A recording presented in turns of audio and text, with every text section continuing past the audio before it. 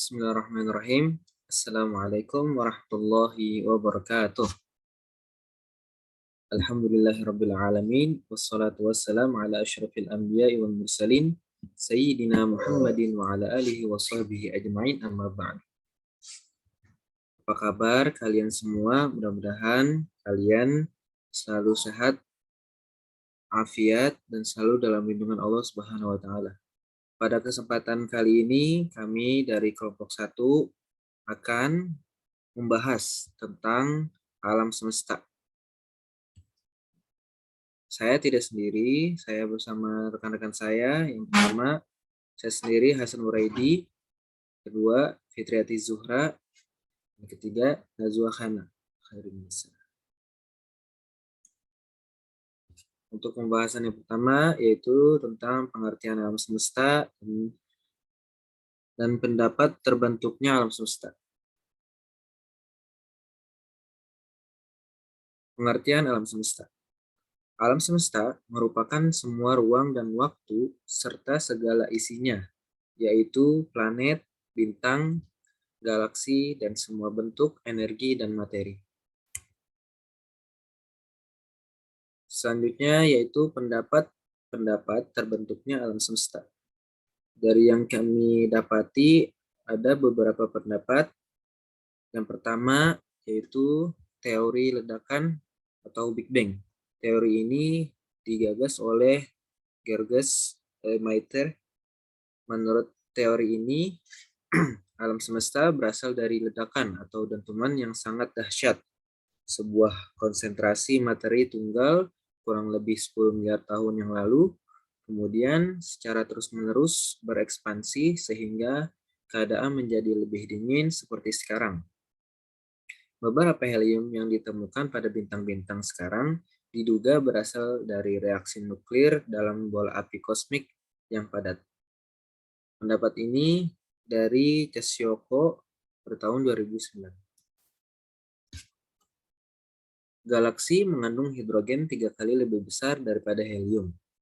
Hal ini disebabkan akibat pendinginan alam semesta setelah ledakan dahsyat. Di atas suhu 10 miliar derajat, neutron dan proton terlepas bebas dari intinya. Begitu alam semesta dingin, neutron dan proton bergabung membentuk inti helium pada 10 miliar derajat dan terdapat sisa kelebihan proton sebagai inti hidrogen. Ternyata ada 14 proton untuk setiap 2 neutron sebelum inti atom dibentuk. Maka setiap inti helium menangkap 2 proton dan 2 neutron, serta menyisakan kelebihan 12 proton sebagai inti hidrogen. Dan teori yang kedua yaitu teori keadaan tunak. Tunak ini atau sama dengan tetap. Teori ini digagas oleh Abondi, Tegold, dan F. Hall dari Universitas Cambridge pada tahun 1948.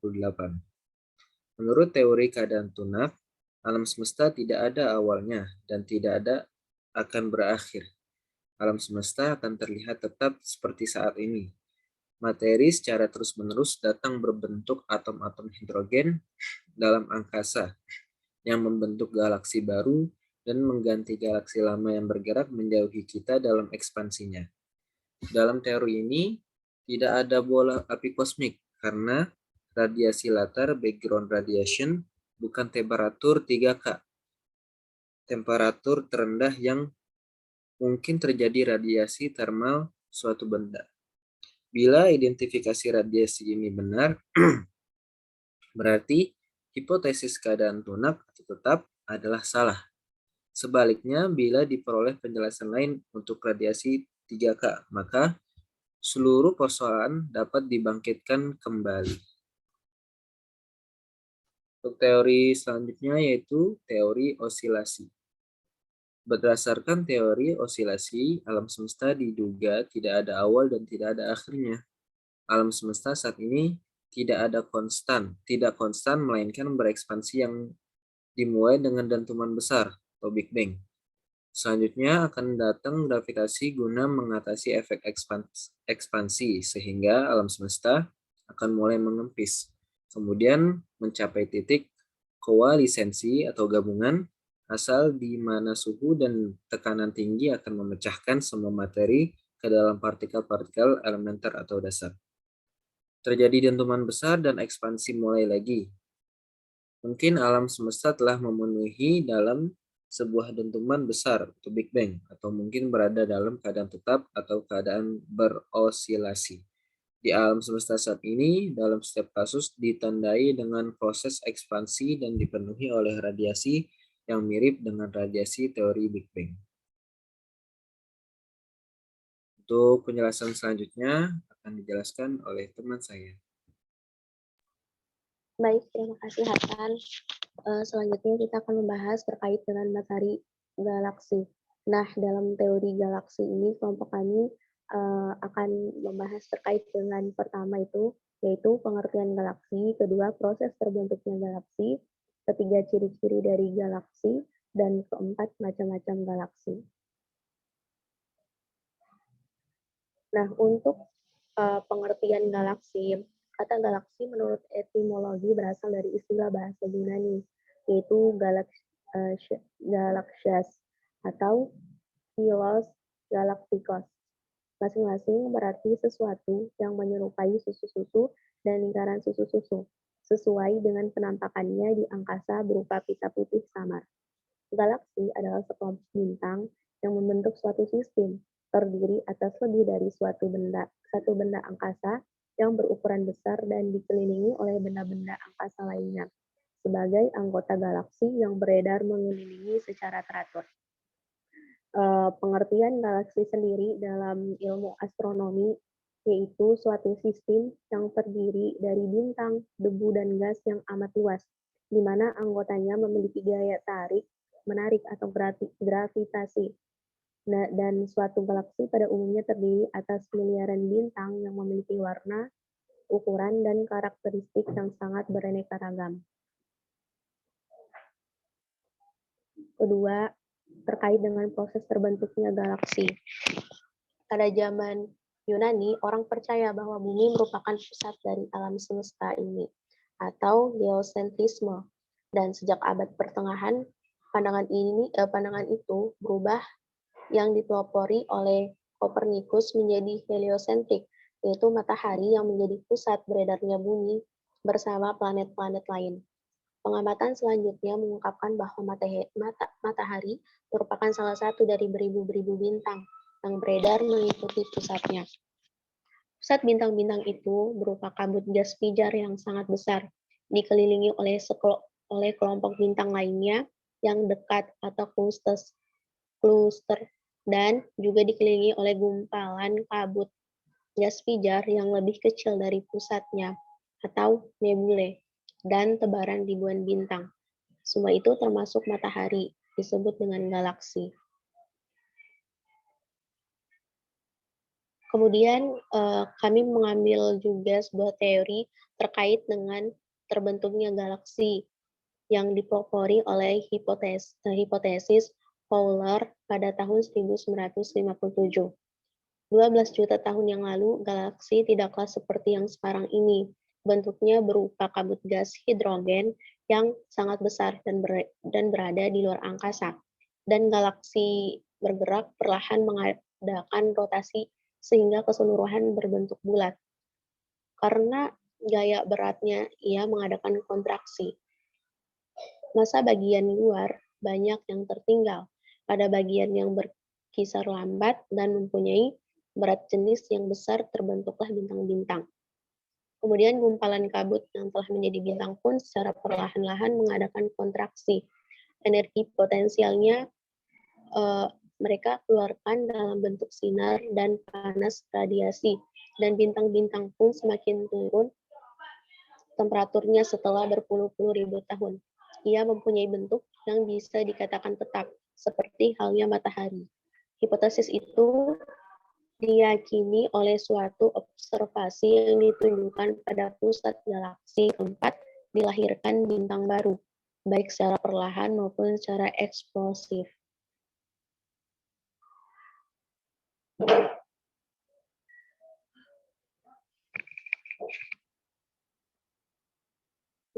Dan yang ketiga, yaitu ada ciri-ciri galaksi. Nah, di sini kami mengambil beberapa ciri-ciri dari galaksi tersebut. Antara lain, pertama, galaksi mempunyai ciri-ciri sumber cahaya berasal dari galaksi itu sendiri dan bukan merupakan cahaya pantulan. Kemudian yang kedua, semua galaksi memiliki inti dari sistem galaksi. Ketiga, sebuah sistem yang terdapat pada galaksi melakukan rotasi. Keempat, galaksi memiliki bentuk tertentu, misalnya saya bentuk spiral, bentuk elips, dan bentuk tidak beraturan. Yang kelima, jarak antara galaksi yang satu dengan yang lainnya jutaan tahun cahaya. Kemudian yang terakhir, galaksi-galaksi hanya terlihat di luar jalur galaksi Bima Sakti.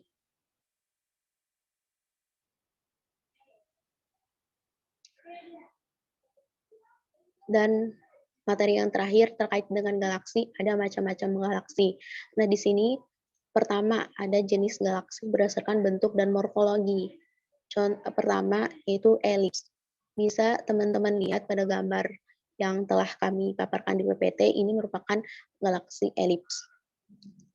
Dan galaksi elips ini bentuknya ini bisa saja bundar maupun bola pepat.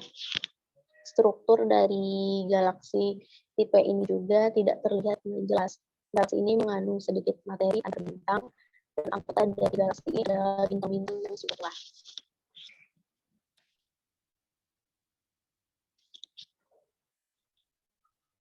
Masih dalam pembahasan galaksi yang contohnya elips, pada galaksi ini tidak ditemukan adanya nebula. Bintang yang terkontraksi pada pusat semakin jauh dan semakin merenggang. Ukurannya juga sangat sulit untuk ditentukan karena hampir tidak ada pembatas dengan ruang angkasa disebabkan oleh bintang-bintang yang terletak lebih jauh dari intinya. Contoh galaksi ini adalah galaksi M87 atau Messier 87, yaitu galaksi raksasa yang terletak pada rasi Virgo. Kemudian ada yang namanya galaksi spiral. Teman-teman bisa lihat contoh galaksi spiral pada PPT yang telah kami tampilkan. Nah, dari galaksi spiral ini definisinya yaitu merupakan salah satu bentuk galaksi yang paling dikenal oleh semua orang yang mempunyai bagian yang disebut dengan Bulge dan halo. Bulge ialah segala pusat galaksi yang berbentuk menonjol dan merupakan bagian yang terpadat, sedangkan halo merupakan bagian lengan galaksi spiral.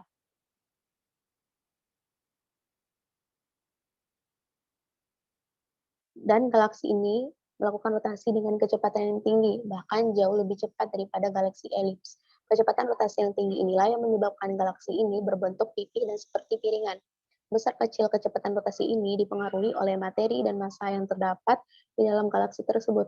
Semakin ke arah pusat galaksi, kecepatan rotasi semakin besar.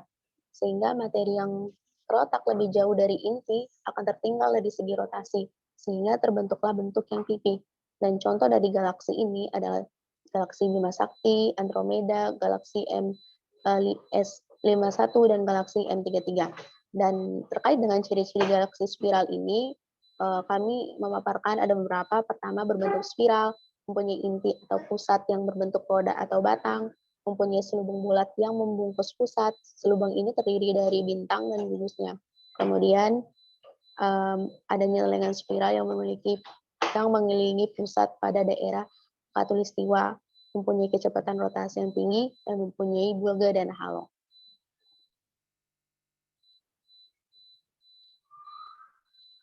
Kemudian bentuk yang selanjutnya galaksi berbentuk tak beraturan.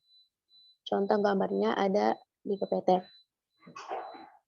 Terkait dengan pengertiannya, galaksi ini adalah tipe galaksi yang tidak simetri dan tidak memiliki bentuk khusus, tidak seperti dua tipe galaksi yang lainnya. Anggota dari galaksi tipe ini terdiri dari bintang-bintang tua dan bintang muda. Galaksi tak beraturan ini banyak mengandung materi antar bintang yang terdiri dari gas dan debu-debu. Terbagi juga atas dua, yaitu sebagai berikut. Pertama, irregular 1, yang terdiri dari bintang kelas O, B, dan nebula yang terang. Terdapat banyak gugus bintang, nebula gas, dan bintang yang sangat besar atau maha raksasa. Juga terdapat bintang tua dan muda. Dan contoh galaksi ini ada awan Magellan besar dan awan Magellan kecil. Kemudian yang kedua, irregular 2. Tidak tampak adanya gugus bintang yang dapat dipisahkan dari galaksi sehingga menampakkan susunan yang tak berbentuk atau amorphous. Dan kalau dipadatkan gitu, ciri-ciri dari galaksi ini yaitu pertama bentuknya tidak simetris, kedua tidak mempunyai bentuk khusus, tiga letaknya berdekatan dengan Bima Sakti, keempat banyak mengandung materi antar bintang.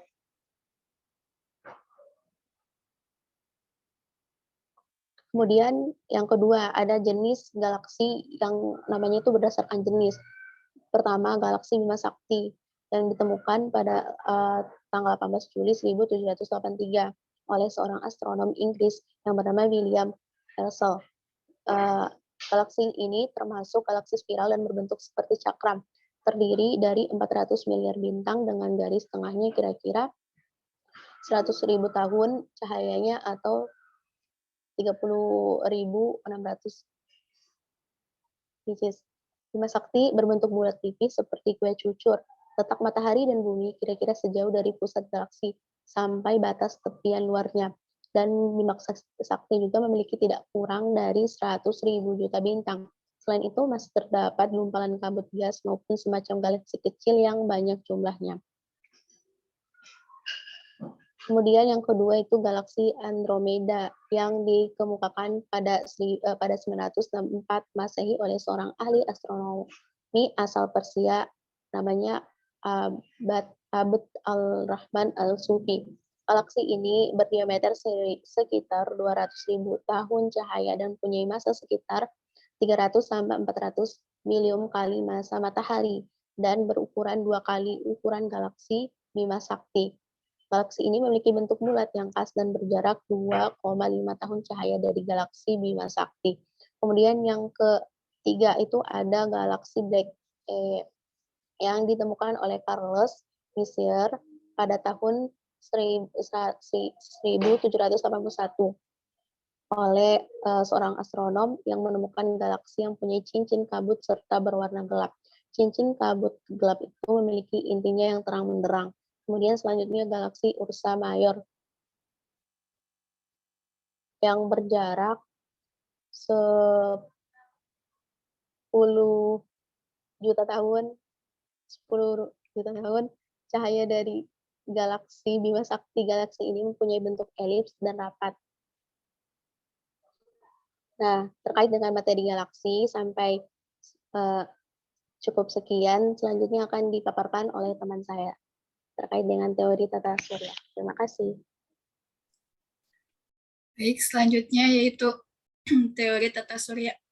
Next. Teori tata surya itu ada banyak. Nah, di sini yang kita ambil itu ada 5. Yang pertama itu ada teori nebula. Teori nebula itu teori pembentukan tata surya. Jadi teori tata surya nebula itu ada 2. Ada yang berdasarkan Immanuel Kant sama Pierre-Simon de Laplace. Keduanya berpendapat kalau tata surya berasal dari kabut gas panas. Nah, kalau teori nebula Immanuel Kant itu tata surya terbentuk dari kabut gas bersuhu panas yang berotasi lambat. Saat berotasi lambat, massa jenis kabut semakin tinggi dan membentuk inti di berbagai tempat. Inti panas yang berada di tengah bersuhu paling panas dan berpijar menjadi matahari, sementara inti di tepinya mendingin lalu menjadi planet. Next. Teori nebula yang kedua itu ada teori nebula Pierre-Simon de Laplace. Menurut Pierre-Simon de Laplace, tata surya berasal dari kabut gas bersuhu panas yang berotasi cepat. Terus sebagian materi bola gas terlempar. Gas yang terlempar mendingin menjadi planet, sedangkan bola gas di awal berpijar dan menjadi matahari. Teori pembentukan tata surya nebula dan Pierre-Simon de Laplace bisa dianalogikan seperti saat seorang ice skater menarik tangannya sambil berputar dan kecepatannya terus meningkat. Karena terus berputar, jika dilihat ke posisi ice skater akan membentuk piringan. Hal ini serupa dengan apa yang terjadi dengan kabut gas saat berotasi dan membentuk tata surya. Next. Teori yang kedua itu ada teori awan debu. Menurut Carl von Weizsäcker dan G.P. Kuiper, tata surya berasal dari gumpalan awan gas dan debu, atau hidrogen dan helium. Tata surya terbentuk bersamaan dengan adanya gumpalan awan dan debu yang berputar dan terjadi pemadatan. Akibatnya terbentuk piringan cakram yang tebal di pusat dan tipis di bagian pinggir. Bagian pusat kemudian membentuk matahari dan pinggirnya membentuk protoplanet. Untuk memudahkan pemahaman siswa, jadi kalau teori pembentukan tata surya ini seperti bola salju yang bergerak melalui badai salju, yang tumbuh lebih besar saat bertemu lebih banyak kepingan salju. Dalam hal ini, bola salju berperan sebagai gumpalan awan gas dan kepingan salju adalah debu. Boleh di next.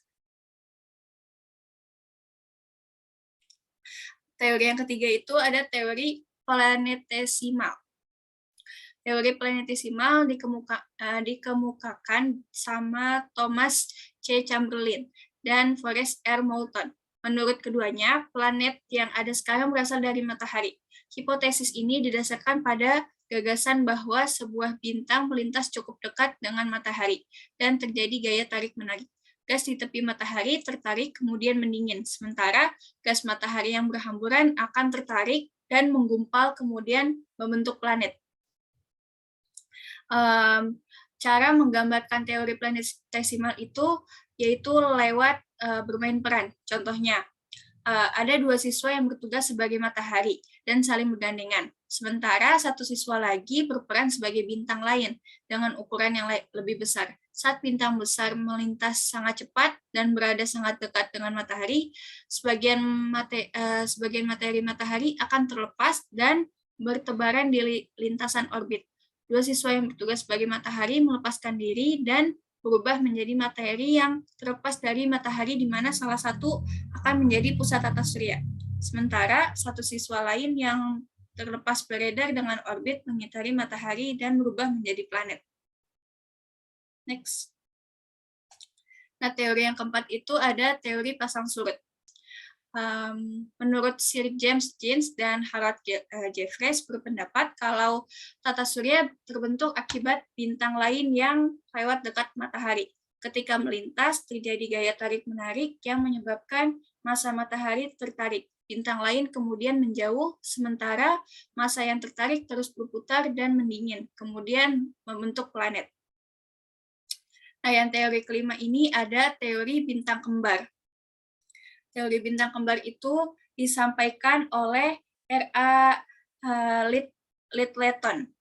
Ia berpendapat kalau tata surya berasal dari satu bintang yang meledak. Awalnya terdapat dua bintang kembar, kemudian bintang lain mendekati salah satu bintang kembar dan terjadi tabrakan.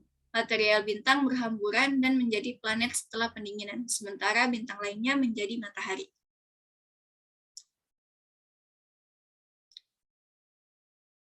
Oke, saya kembalikan kepada moderator.